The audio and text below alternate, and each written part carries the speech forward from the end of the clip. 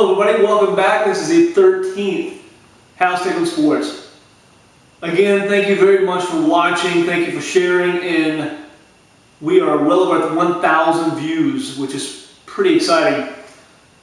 This week, we're going to talk about the NBA Finals. They're set, a robbery in the desert, the Atlanta Mount Rushmore sports, our stat of the week, and finally our mascot of the week. So we start with the NBA Finals. Kevin Durant of the Oklahoma City Thunder and LeBron James of the Miami Heat, who were number one and number two in the MVP voting. LeBron James winning over Kevin Durant, and I thought Kevin Durant should have won over LeBron James. That being said, most people are saying this is their series. I think that's somewhat fair, but I think you're missing the bigger picture of Oklahoma City. Miami, you know about the big three, Chris Bosh, Dwayne Wade, and LeBron James.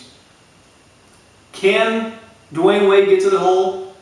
Can Chris Bosh stay healthy enough to play this whole series and give them real minutes? And can LeBron continue to carry this team as he has all through the playoffs? He's averaged 45.5 points per game in the playoffs this year.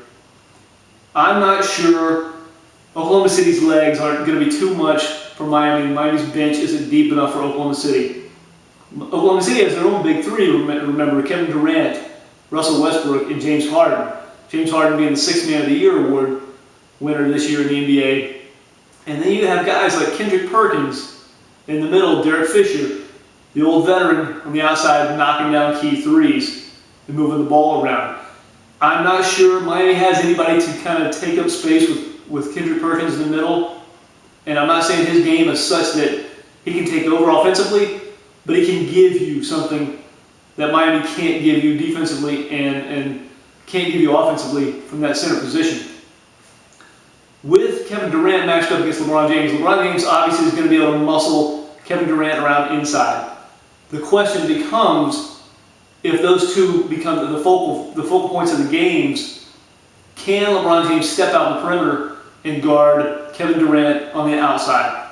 I'm not so sure he can, and I think that's honestly where it's going to lie. I think Oklahoma City ultimately, even though young, very untested, besides beating a bunch of championship teams to get here, I think they're still young and untested, but I think that's the only thing that could keep them from winning right now. I think the team is just so well put together, so well coached, and everybody knows their role. Everybody is very unselfish, which is amazing in the NBA. You gotta love Kevin Durant. But if you don't, get your head checked. Next, the robbery in the desert. Manny Pacquiao versus Tim Bradley. I didn't have much in the way of watching or wanting to watch this fight because I thought Pacquiao was going to be a runaway winner. And I didn't think necessarily because of his last fight, he was going to come out flat again. I know he was having a lot of things going on personally, so that kind of led to a little bit flatter fighter last time around, Pacquiao with Marquez. But Tim Bradley won this fight on the judges' cards. Everybody in the arena and everybody since then has said there's no way Tim Bradley won this fight.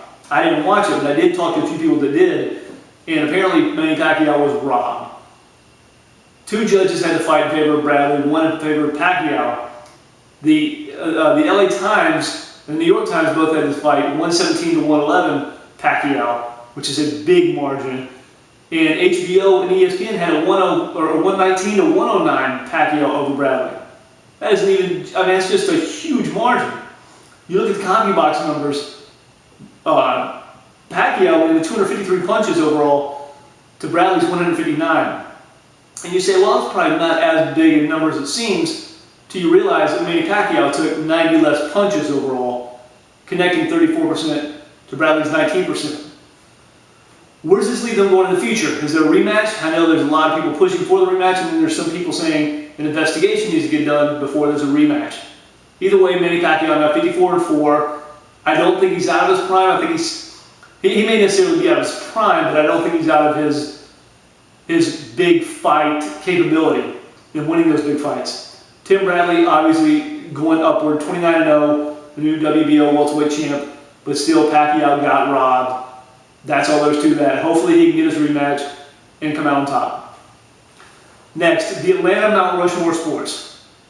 This was my favorite Mount Rushmore sports. Most of you know I am a die-hard Atlanta sports fan, all the way around Braves, Falcons, Hawks, formerly the Thrashers. This was rather easy for me. Atlanta has no real hockey history to speak of. The Atlanta Flames left in 1980 to become the Calgary Flames, and most recently, the Atlanta Thrashers were here for 11 years, played one playoff series, got ran by the New York Rangers, and then last year bolted for Winnipeg to become the Winnipeg Jets. So, no hockey players. Basketball, I love Dominique Wilkins, my favorite basketball player of all time, in an Atlanta uniform. But unfortunately, no championships, no real big playoff victories, and ultimately considered a great scorer, but not necessarily all around a great basketball player. Football, there's nothing there. So that leaves us with baseball. The Atlanta Mount Rushmore sports peppered with baseball players. Two players I've left off, and I'll tell you why. One is Hank Aaron. A lot of people will be up in arms about that, but most people don't realize and don't think about it. 23 years he played baseball, 13 of them in Milwaukee. Okay? With that, you can't really count Hank Aaron. Greg Maddux, the second guy. I will tell you numbers-wise, in ERA and in wins and Cy Youngs and all that, he's up there, but not at the top, because he played some years in Chicago. So here we go. Dale Murphy, number one. Dale Murphy, a two-time MVP, probably could have won it the following year instead of Ryan Sandberg, a six-time All-Star, a five-time Gold Glover. This guy came up as a catcher, went to first base, moved to center field, moved to right field, all for the team's needs. Is generally considered the nicest guy in baseball, period. In the 80s, he was voted the best player in baseball by his peers. Next, John Smoltz. John Smoltz is one of the most clutch pitchers in baseball history, a Cy Young Award winner, also a Rolaids Relief Man of the Year Award winner. The guy is the all-time leader in saves for the Braves, yet is the all-time strikeout leader for the Braves and has over 200 wins. A Hall of Famer, a world champ, for sure. Tom Glavine. Tom Glavine is a 300-game winner, and he's going to go down as one of the best left-handers in baseball history. He's a two-time Cy Young Award winner, a 10-time All-Star, also a world champ, and soon to be a Hall of Famer. And last on that mountain, but certainly not least, controversy to be for sure, Chipper Jones. Chipper Jones, very injury-plagued career. He's now 40, but he is an MVP. He's a six-time All-Star. He was at one point one of the better gloves in the National League at third base. At the age of 36, he led the National League in hitting at 364. Has over 450 career homers now, and he's a lifetime 300 hitter. He's going to be a Hall of Famer as well. That's my Atlanta Mount Rushmore sports.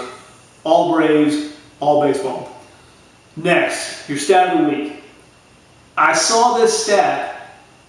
The stats I've been using have been ones that I've sought out myself, I've researched. This came upon me.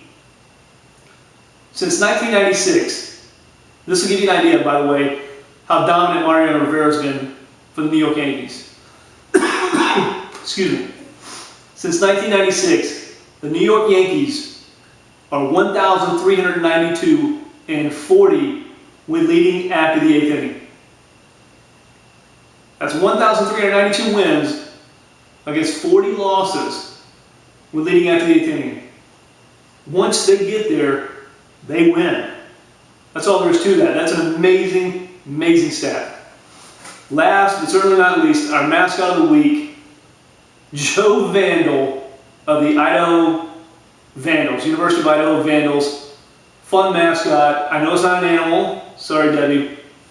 But Joe Vandal, the University of Idaho Vandals. Last, I would like to say congratulations to Joel and Christine Glass. Just were married recently. Had me down for the reception in Mobile. And I had a blast. Got to reconnect with some friends and got to meet some new friends, and it's really nice. And thank you and congratulations to you both. And that's it for this week, and we'll see you next week. Bye.